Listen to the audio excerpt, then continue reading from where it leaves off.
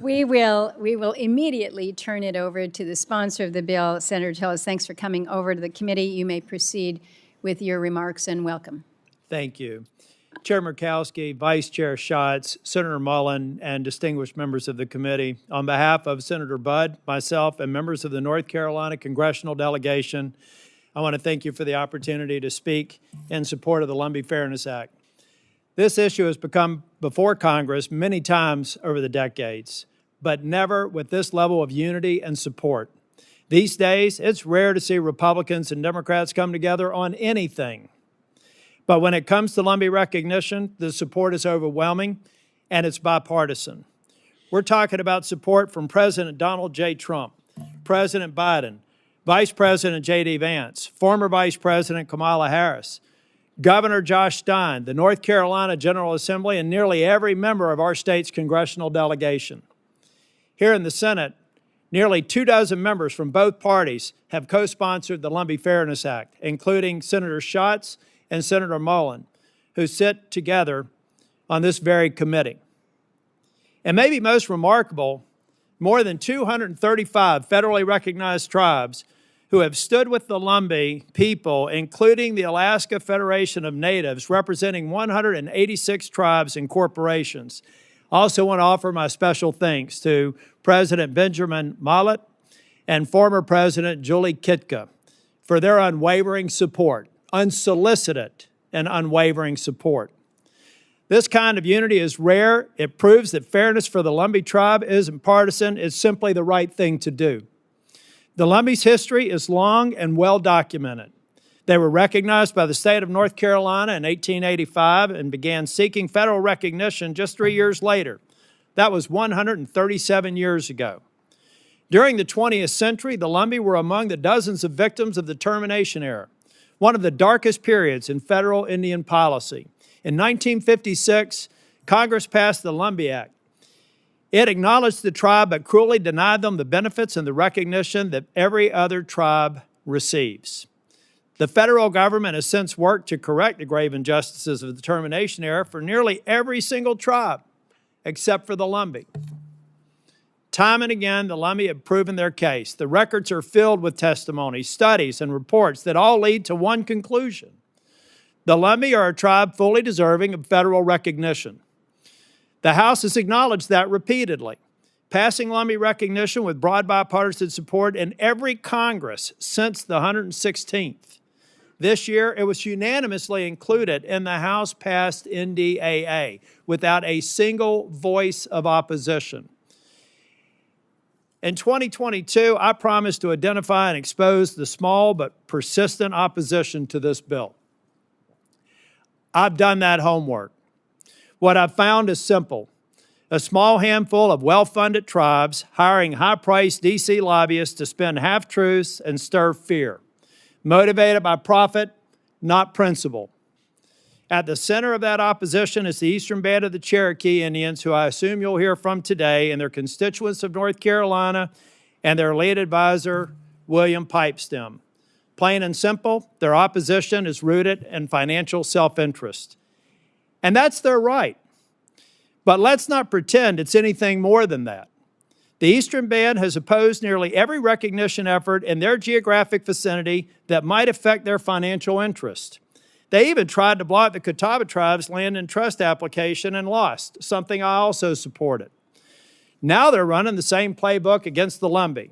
They're spending millions of dollars on lobbyists and pay-for-play reports that have been discredited and condemned by the National Congress of the American Indians.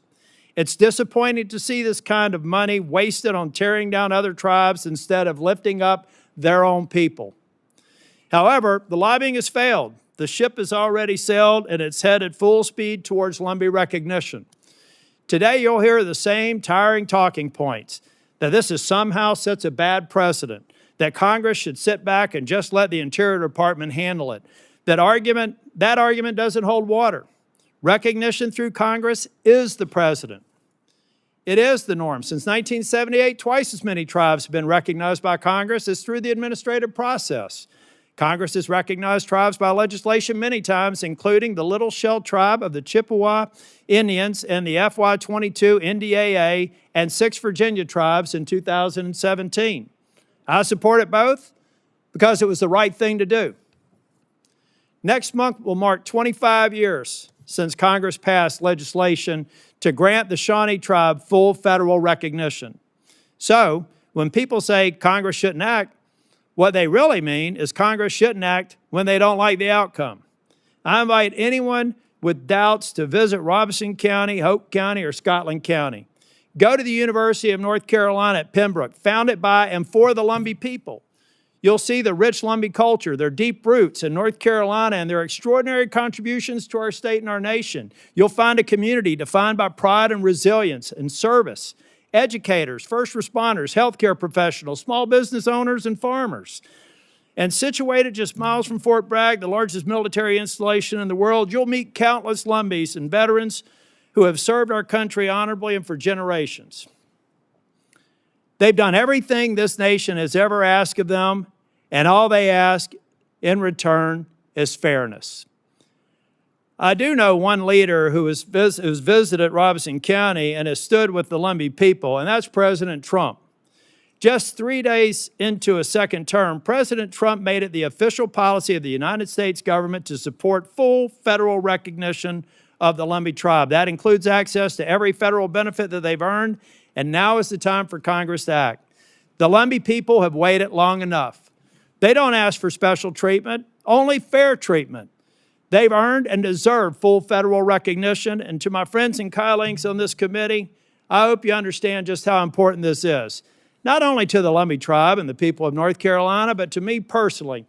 Madam Chair, I'm about to wrap it up. I know I'm over time, but I really need to emphasize what personal means to me. I became Speaker in 2011. And shortly after I became Speaker, I met none other than the now Chief. He was Principal Chief at the time, left and is back, Michelle Hicks.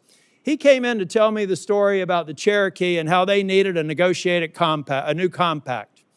And I told the chief at the time, I said, I need to study this, but quite honestly, I'm embarrassed to say I don't know much about your story in North Carolina. So I took time to figure out that story. And this bill and that study and the right that I wanted the wrong that I wanted to fix there was embodied in a bill that was passed by none other than me, and it's the only bill in the entire time I was Speaker of the House that I'd allowed to go to the floor that did not have a Republican majority vote. And thankfully, Congressman Tim Moore, who was my Rules Chair at the time, was able to shepherd this through and create a transformational result for the Eastern Band of the Cherokee. Now, 2 years later, I discovered the Lumbee Tribe, and I realized that they were working hard to maintain their culture and to do everything that they could if they were to go through the administrative process to prove that they'd done the homework, which is why I signed another bill making sure that their cultural heritage could be maintained and continue to go through the process that they were prepared to go through. But the defect in the statutes is going to prevent this from happening. The only way this happens is through federal recognition and through an act of Congress. So, Madam Chair, I appreciate your leadership, and I've appreciated your friendship in the 10 and a half years, almost 11 years that I've been here. But when I tell you it's personal to me, it's because it's an injustice that needs to be righted. I look forward to your serious consideration, and I look forward to listening to the testimony. Thank you.